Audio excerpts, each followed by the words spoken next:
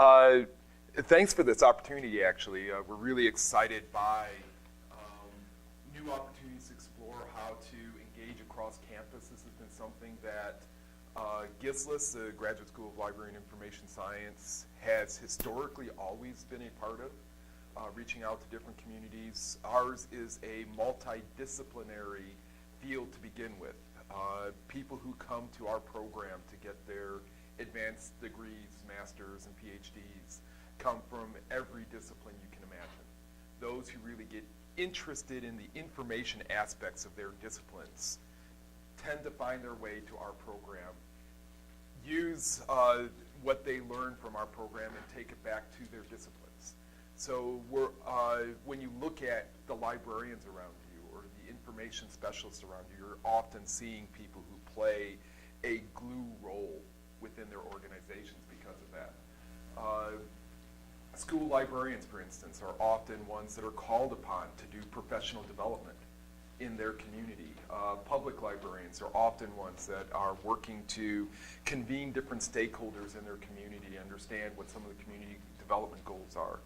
So that's some of where I come from. Now, my background has nothing to do with library and information science. I am one of those outsiders who came in. And I actually came into the Graduate School of Library and Information Science in 1995 to be first full-time systems administrator for PrairieNet Community Network. I don't know if you remember 95, but it was a time when the internet was something some in the university knew about and no one else did. And there was a movement to recognize that there were opportunities to use this technology to bring about a more democratic society. And those who were really wanting to pursue that needed to find ways to get it out of the university and into the community. And PrairieNet Community Network was one of those organizations doing that. PrairieNet explored these issues right up until the last few years, really, in doing a lot of that kind of active work. Through PrairieNet, I've helped set up computer labs at some 100 different organizations. When I first was approached to take that goal on, I said, me and what army? And I realized that the students I was teaching Introduction to Network Systems to could be my army. And so they became an active part of doing that process. PrairieNet became the Community Informatics Initiative. And then a couple of years ago, the Community Informatics Initiative became the Center for Digital Inclusion. So that's kind of how we progressed into a full center. At one point, a lot of the focus turned towards especially how do we bridge the digital divide. The National Telecommunications and Infrastructure Administration, NTIA, at one point defined this have and have not problem that we were facing, that some have the technology and some don't. And bridging the digital divide became an important focus. More recently, that whole paradigm has been called into question because ultimately the idea that dropping technology into places is going to solve the problem has been considered a gross oversimplification. Can I ask you a question? Did anyone who thought about it at length ever really believe that? Yes. I think a lot. Can you talk a little bit about that, how that misconception, how people believe, why it is that people believe that, okay, if we drop tools, and the paper that you have here talks about the digital divide, which kind of implies that. It does imply issue, that. That it's an issue of tools in the hands of different people, and that will, solve the digital divide. So, what are the forces that make people think that just the tools alone are going to solve problems? And you want me to cover this in how quickly? 20 words or less. 20 words or less. It's a wonderfully interesting question. And it actually has been the bane of my existence and the holy grail to understand that as part of my research. Where does that come from and why is it so embedded in our thinking? Seymour Papert in 1987 wrote Computer Criticism and Technocentrism. And in there, he talks about this challenge. And I don't think we tend to be any closer. In some ways, we're even farther from it because we tend to focus on technology as a magic bullet, as something that has these magical properties built within it. I think it comes from some of our marketing language, where we're built to believe there's this need that has to be filled, and this innovation will fill that need. I think some of it comes from the way we as academicians phrase our research questions.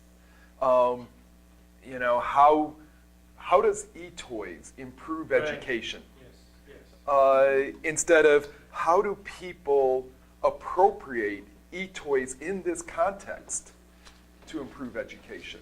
Do you think it's unique to technology? It almost feels that way to me, that we are especially inclined to ask the wrong questions. I mean, we are particularly to ask questions like, okay, if we buy this, will it fix that problem? Can we get the tool, if we get this tool, and then we say, when it doesn't work, oh, computers are a waste. Correct. Technology just is a waste of our effort and energy. And so we work through this. The Gartner Association has this thing called the Gartner hype cycle, right? And so you have an innovation that has a trigger that brings it to awareness of people. And then it goes through this rapid climb till it gets to the peak of inflated expectation. And then there's a rapid descent down to the valley of despair before you go through the slope of enlightenment to the plateau of productivity. Don't you love it? This is Howard Gartner? It's the Gartner Group. They've been doing this since the 80s, looking at technology and where it falls on this hype cycle. We're constantly going through this. And so I was a very early adopter of web pages. I was a very early adopter of Linux. I was a very early provider of internet services through PrairieNet. Before that, I was using technology in my undergraduate research when we used to have to take clips to hook different modules together to program them. I've been watching this technology and I hear over and over again, the internet, the web, you name it, is going to get rid of poverty, it's going to bring about democracy. And then you go back and you read folks like, it's all of a sudden looking backwards. Bellamy, yeah. And you see that this has been prevalent since the late 1800s, a technological utopianism that is often framed on this idea of technological determinism and technocentrism, that technology brings about these things. It is a natural evolutionary process. It is going to advance our societies, that those social systems that adopt the technology are going to be more efficient and therefore go forward. And those who do not are going to fall behind. And so you get to the point where folks like Kevin Kelly write that humans become the reproductive organs of technology, which seeks to its own happiness. I kid you not. I mean, this is the stuff without. And then you read folks like Langdon Winter, who looks at the cyber-libertarian myth and realizes that there was a think tank formed in the 80s to advance this sort of technological determinism and hyper-individualism mixed with the US's form of free market capitalism. And so you see this reinforced and actually encouraged in a lot of different ways. And I think it all comes, it's very directly related then to questions like demystifying technology workshops. So I think ultimately, so I've been teaching Introduction to Network Systems to Masters of Library and Information Science students since '97. I've always approached it with this idea that it's just a tool. It's not a magic bullet, that we've got to get over technocentrism and technological determinism before I even knew those terms existed. And I worked aggressively to find pedagogical approaches to succeed with my master's students doing this. In 2004, Jung-Hyun Ahn from the College of Education approached me. She was a student of Chip Bruce, and she said, this seems like a really effective approach, a combination of various Deweyan approaches to learning combined with service learning, getting people out in the community, that this could challenge technocentrism and technological determinism. And could I use this as a case study for my dissertation? 2 years of following my class around, attending the class, interviewing students, and her answer was no. That regardless of all the attempts I was making, students were leaving believing that technology was a magic bullet that would solve our problems. And so I kept working, and I kept looking for new approaches, and I still am, but over time I came to realize that how we're teaching digital literacy when librarians go out into community, and a lot of our public librarians and school librarians are doing digital literacy programming, and here's how you use a mouse, here's how you use a keyboard, here's how you open programs. And they were going out believing technology solved problems, and then they were doing digital literacy in a way that suggested technology solves problems. An example, we're teaching a keyboarding skill, and you see a learner that's getting very frustrated. They are ready to pick that keyboard up and throw it out the window, if not the whole computer, because it's a frustrating thing to learn. Technocentric approach. They're there, stick with it, you'll get it, you'll figure it out. Underlying message, don't question the technology, you've got a problem, you have a deficit, get over your deficit. Alternative approach, frustration's happening, why are you frustrated? Well, the letters, they're all scrambled. I can't find the right one at the right time. They're not in alphabetical order or any other order I can tell. Well, any guesses why that might be? No idea, it just seems stupid to me. Well, do you realize it comes because keys used to stick together in typewriters? And engineers decided that if you scrambled the letters, it would slow down the typing in ways that would keep the keys from sticking together. And the typists went slower, but not as slow as when they had to keep unjamming keys. And instead of waiting for better technology approaches, they crippled the system for the user. And we're stuck with it still. That is what's embedded into things like the Demystifying Technology workshops these days. It's questions, when people reach frustrations, it's trying to figure out where are we talking about the technology in a way that is encouraging them to see themselves as the problem and the technology is untouchable.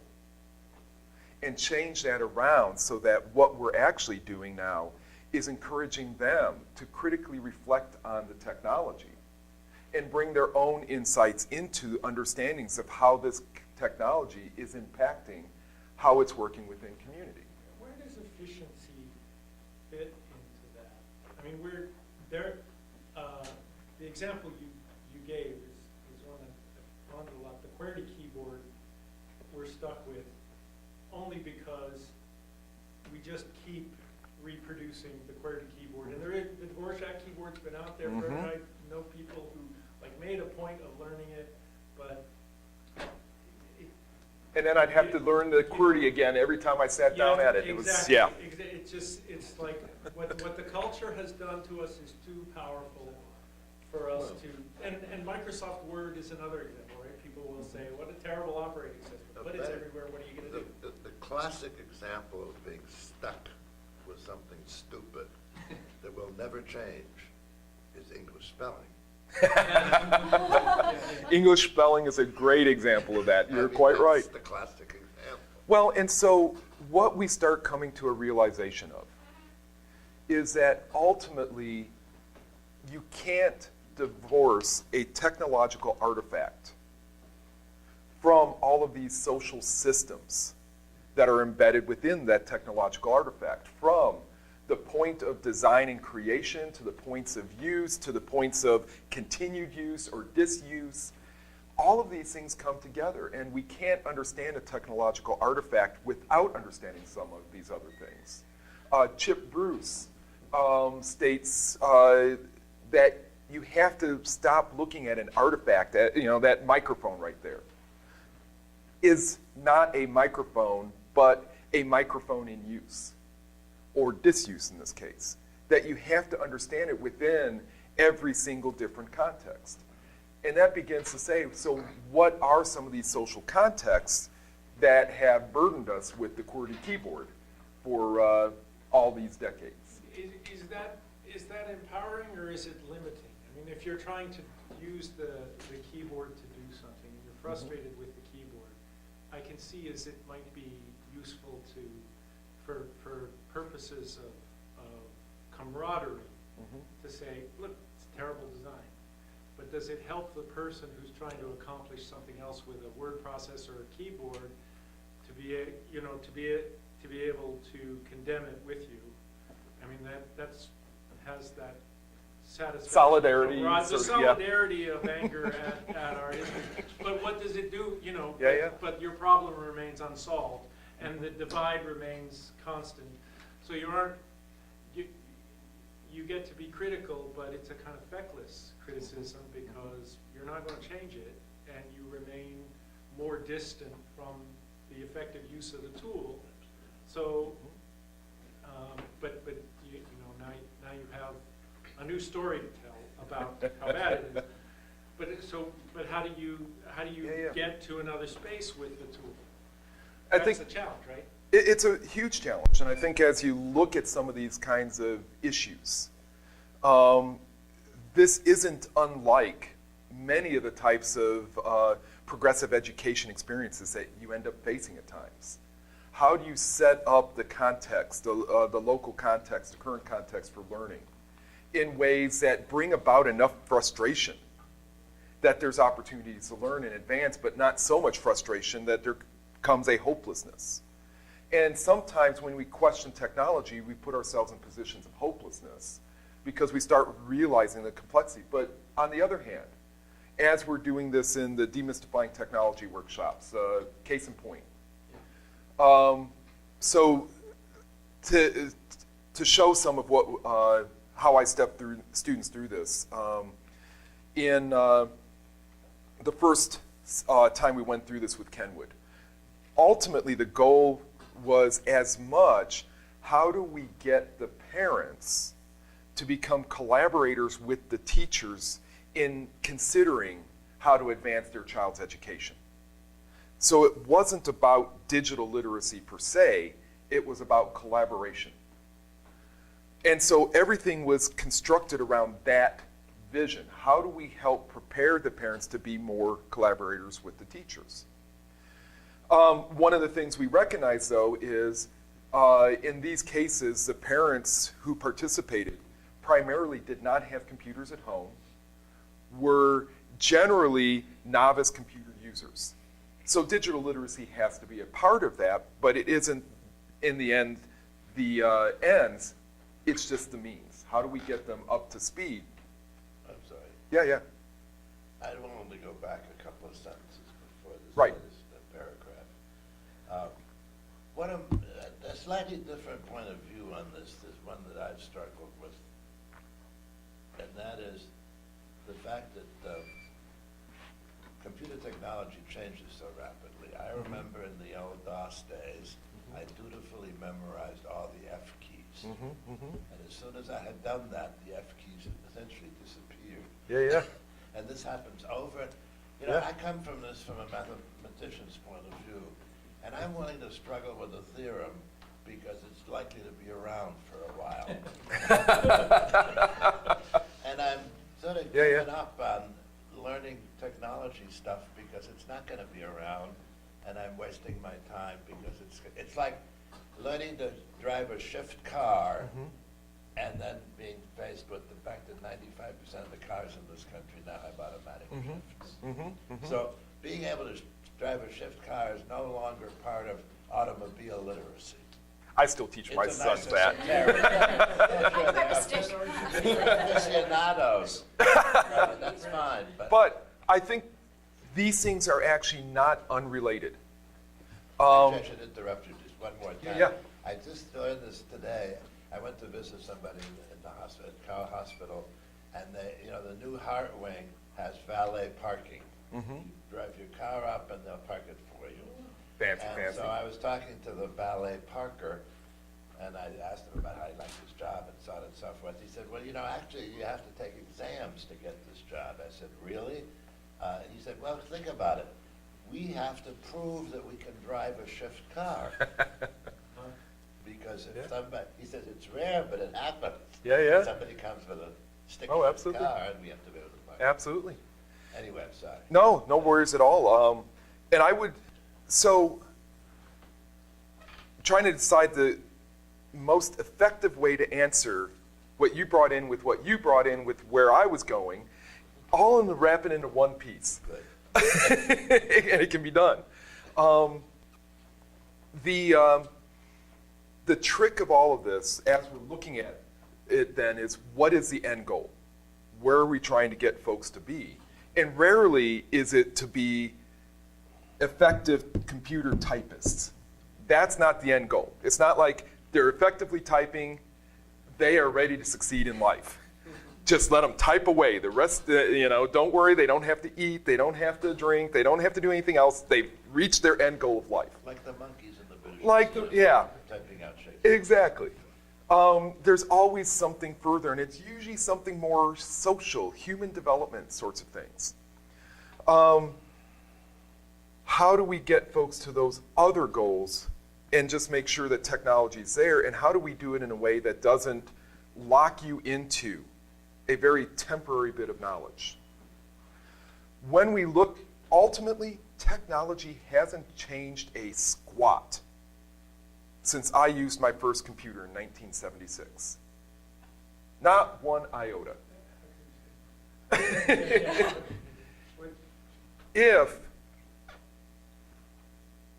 I look at it at its essence, it's got an input device, it's got an output device, it's got its processing unit, it's got its storage unit, it's got its memory.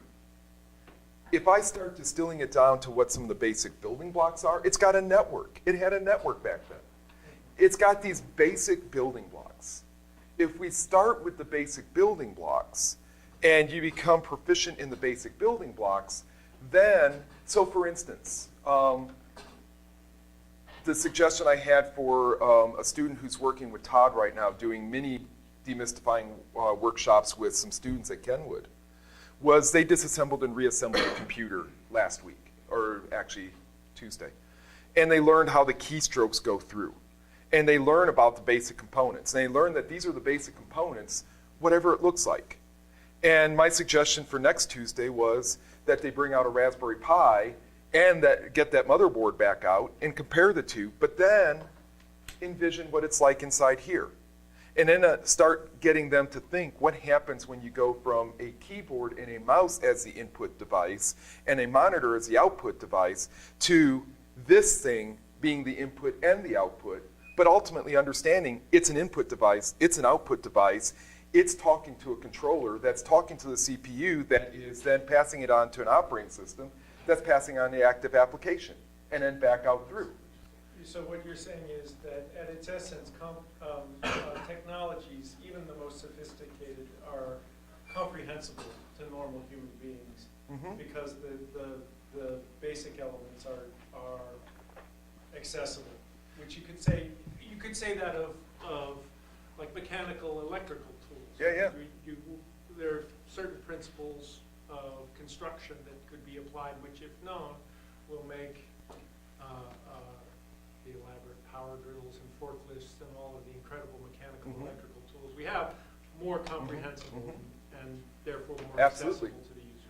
So I start with parents on that first workshop, and we disassemble and reassemble a computer, and we learn where the keystrokes go. And then we install Linux, and then we install eToys, and then it breaks. And it broke on 10 of the 12 computers. 2 computers it did not break, and eToys was working fine. On the others, the car starts driving around and you start getting this bleed through with the background and it's looking really awful and you can't click on anything anymore, you can't see what's going on, it gets very confusing. And the parents who have been computer novices coming into this are now in day 3 of learning about technology. We're working to get them over their fear and intimidation. And we run into a major problem. And they look to me to solve it and I say, I got no clue. What do you think's the problem? And they looked at me shocked. And we start saying, well, how do we troubleshoot this? And so then it's stepping them through the troubleshooting. What are we observing? Which systems are we seeing this on? Which systems aren't? Well, the 10 we're seeing it on all are this type of computer. The 2 that we're not are this type of computer. So there's something different about these computers than that. How does the keystroke flow through the computer? Well, it goes this way and back to this way. So where is it maybe having its problem? Well, it's probably not on the keystroke or the input side. It's probably on the output. So where would it hit on the output? Oh, it's the video controller. I mean, these are parents that are not engineers, computer scientists. They are not, as a matter of fact, they've generally not even been computer users. They're the have-nots of that digital divide. And they're thinking this through with me. And then they start going, so maybe what we need to do is look at video display settings. And they start poking around Linux. Linux, you know, like everyone thinks this is an impossible operating system. It's not, that's a lie. But everyone thinks it is, it's a misperception. And so they're poking through Linux now. And all of a sudden one goes, I solved the problem, I solved the problem. And we all walk around and they step us through the solution. And they figured out if you took the background of the desktop and turned it black, there was nothing to bleed through, so it worked fine.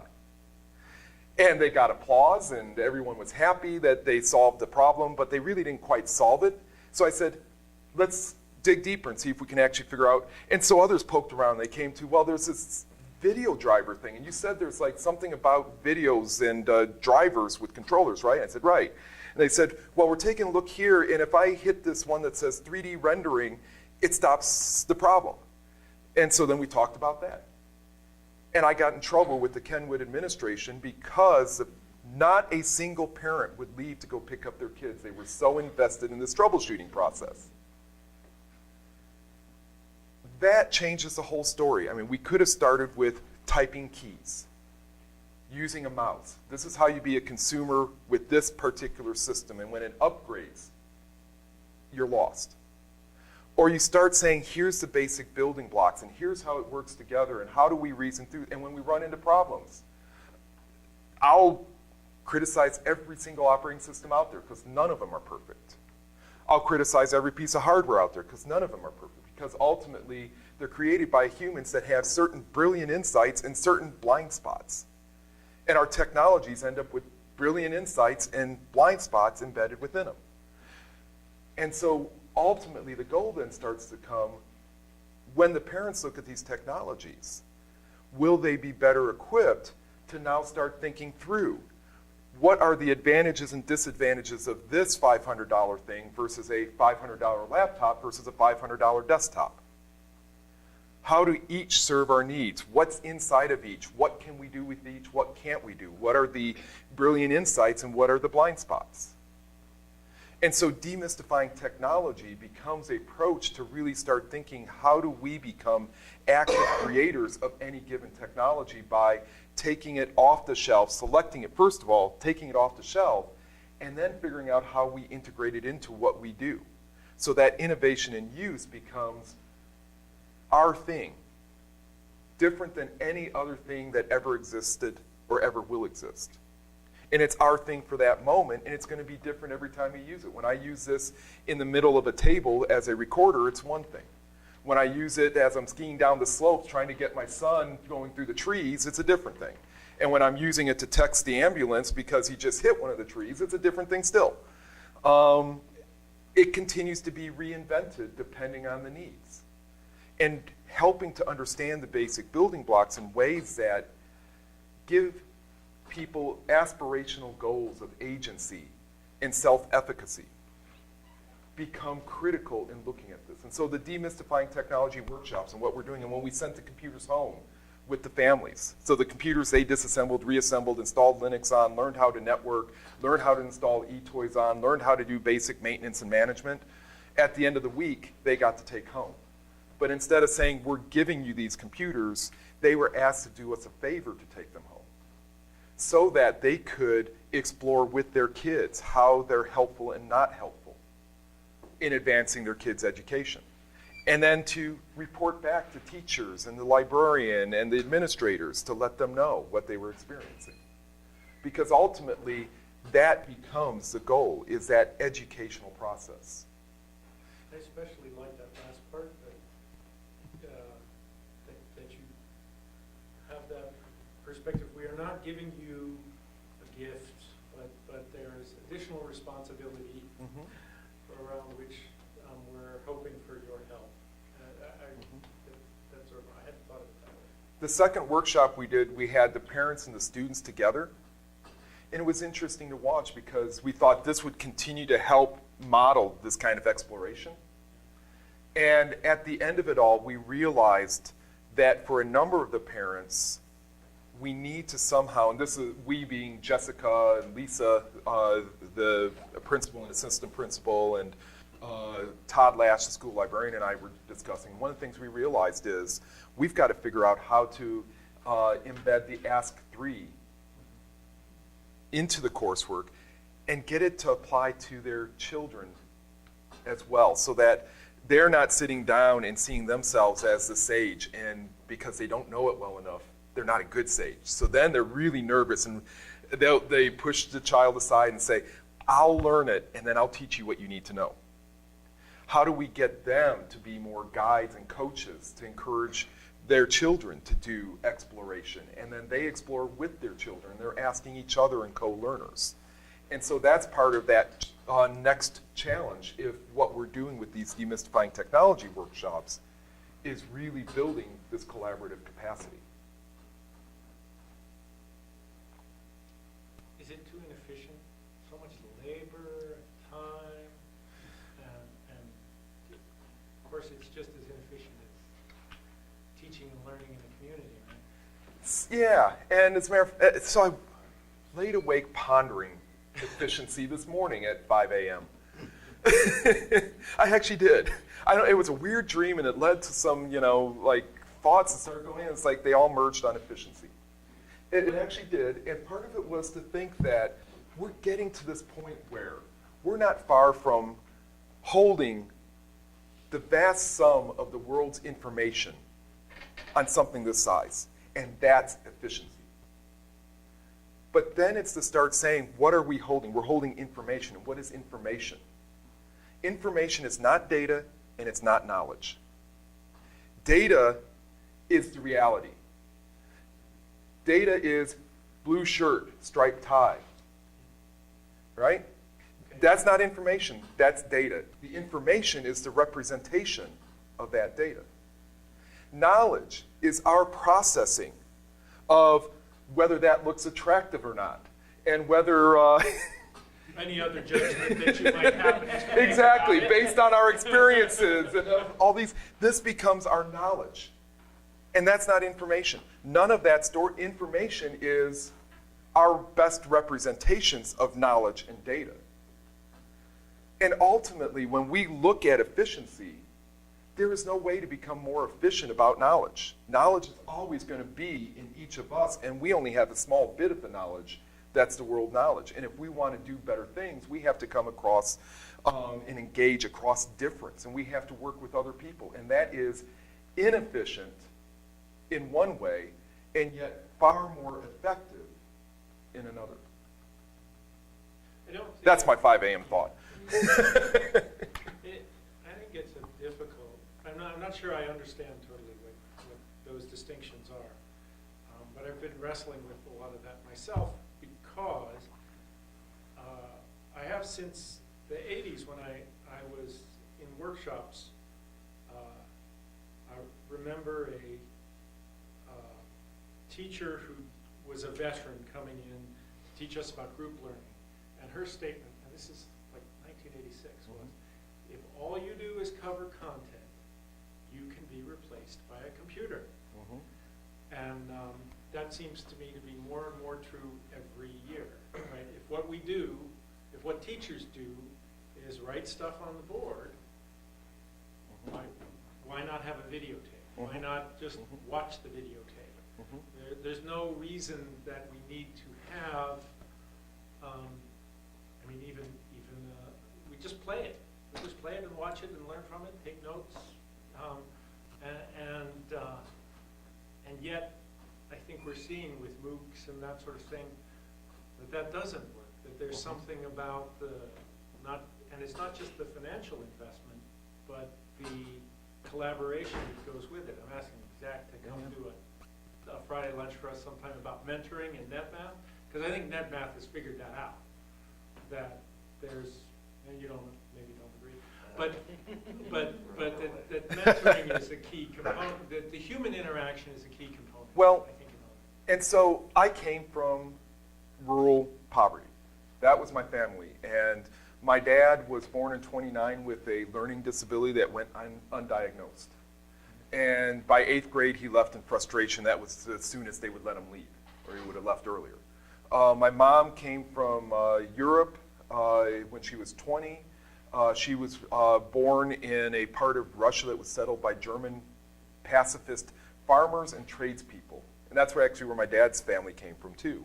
And all of that kind of gave me this experiential learning, generalist, essentially 21st century learning skills, except this comes back from the 16th, 17th, 18th century. But the other part of that is this instillment of don't think too highly of yourself. You're nothing special. You're part of a community and always contribute to the community. And so I've always had a hard time publishing, talking about what I do, because that's embedded in me. And Chip Bruce at one point got on my case really hard. He said, Martin, you're the only person I know who has had 2 dissertations done on your class. And since then, I got the Library Journal magazine's Teacher of the Year award for teaching. And yet I still find it hard to talk about it. But what Chip actually raised in my thinking was, for instance, you read John Dewey. You read Experience in Education. You go through the book, and we still don't know what knowledge he actually had. We have what was written by him about the knowledge he had. And that one was written because everyone understood what he had written before. And ultimately, we don't even still know precisely what he wrote. We know what we're reading because of our past experiences of what he wrote.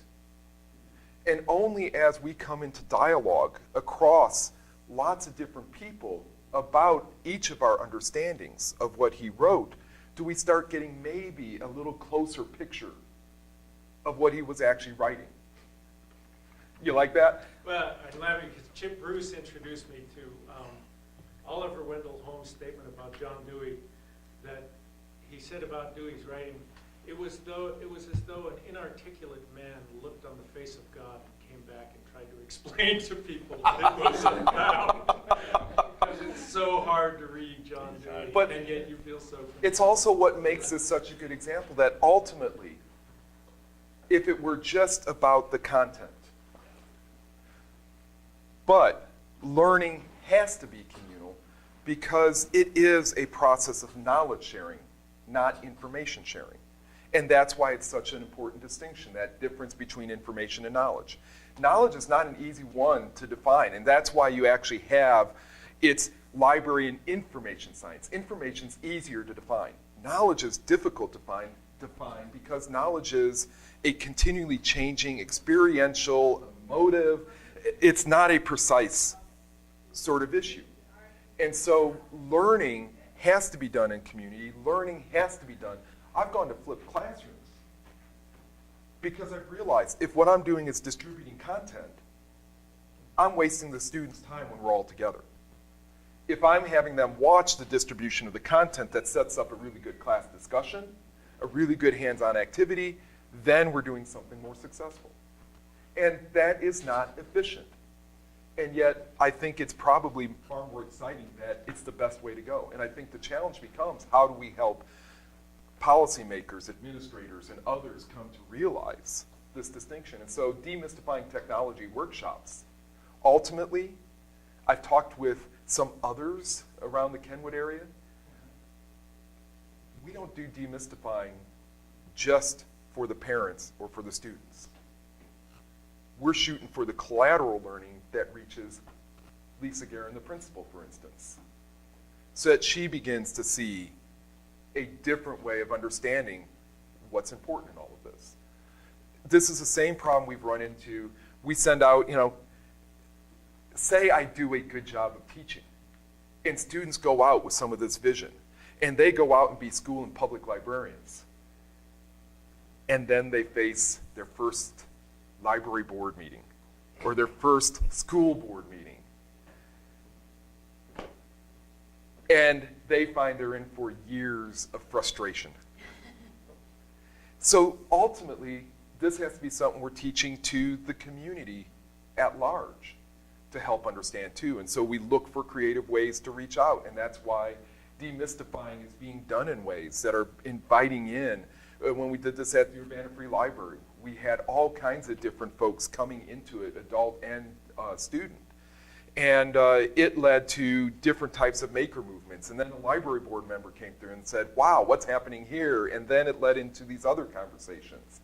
And it's figuring out, but it's always thinking at the core, how do we catch ourselves when we all fall into technocentrism? When we all start saying, how is it that that saw built such a nice house, as Papert points out? We never ask that about our carpentry tools, but we always ask that about our computers. And so it's catching ourselves when we do that.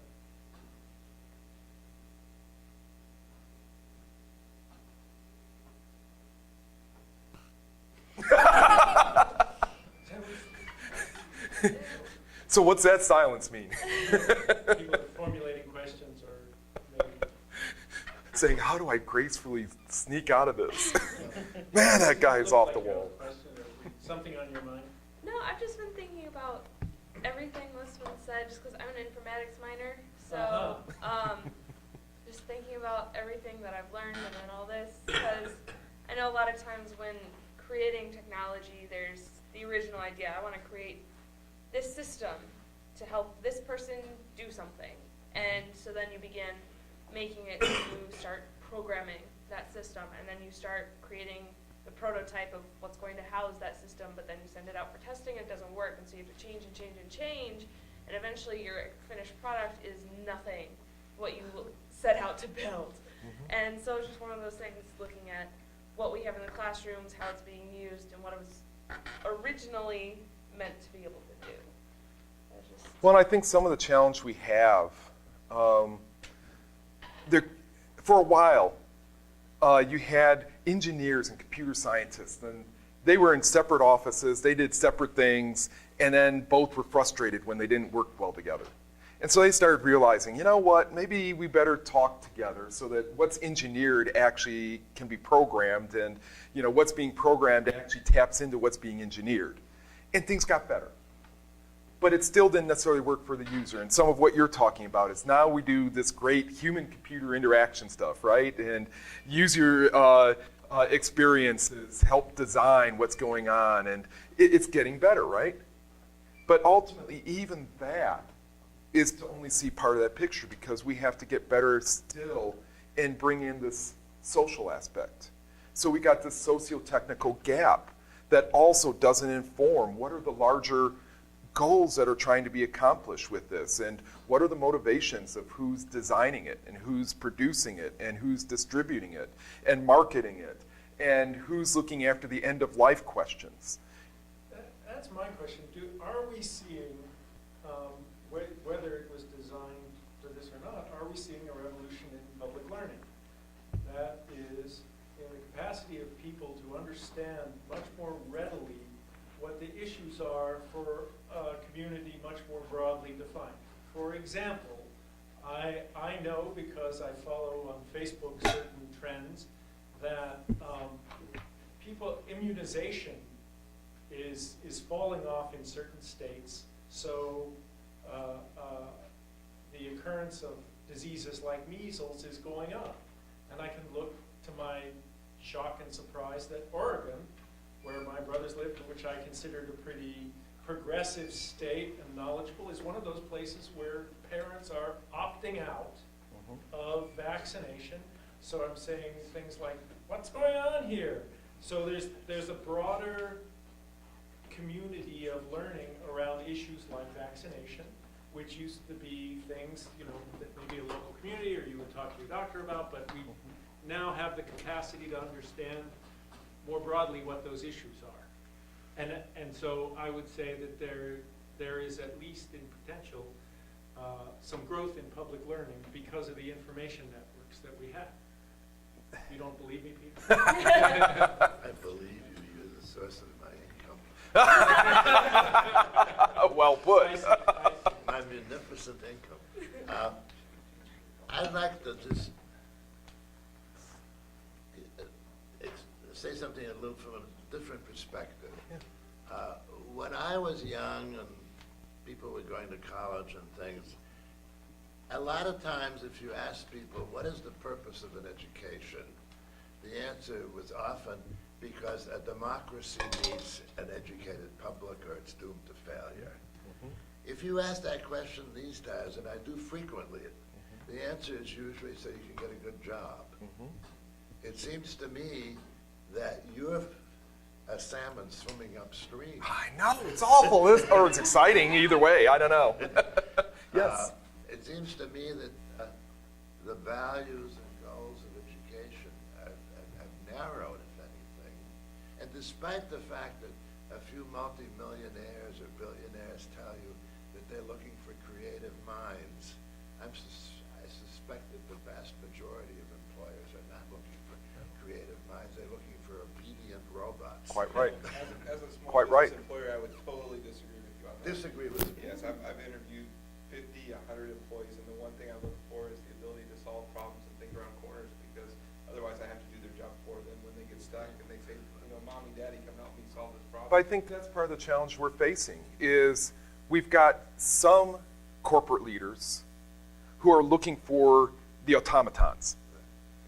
And they're ones that are also very influential oftentimes in educational standards and educational policy. Pearson, writing the test. I agree. And so you end up with driving a school system that is about producing automatons. And then you have other business leaders that are going, where's my labor?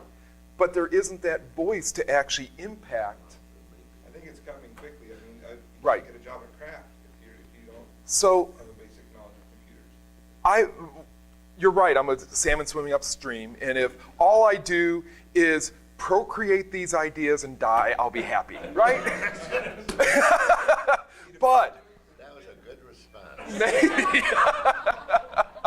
maybe it is also the case that we're looking at something, look at the response to the NSA scandal. There was actually a movement by a number of industrial leaders to say, we have to see change in this right now because our global presence is being hurt.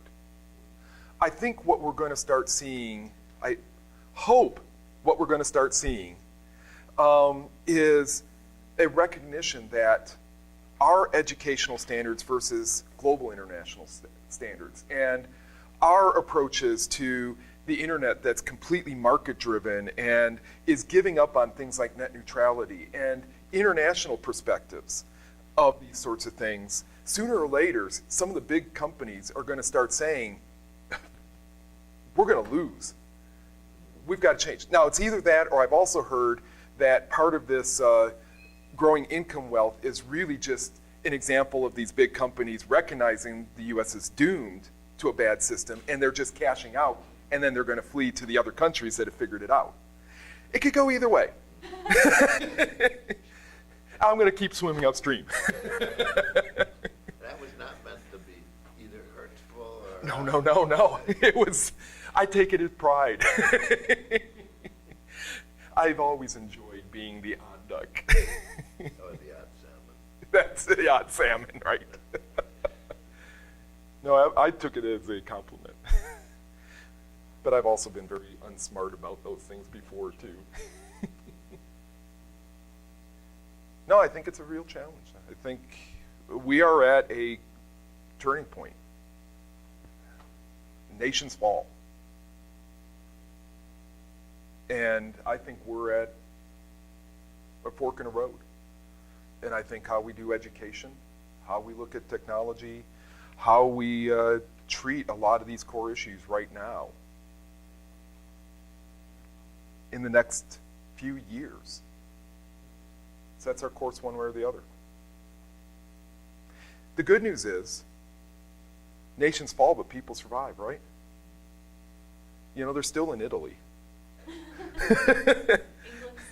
England's still there. And I look at some of the young people, and some of them are a lot less concerned about the nation anymore. But they're really concerned about their communities. You know, so I'm not, even if nation falls, it's not like it's the end of the world. Well, this is America, so it could be the end of the world.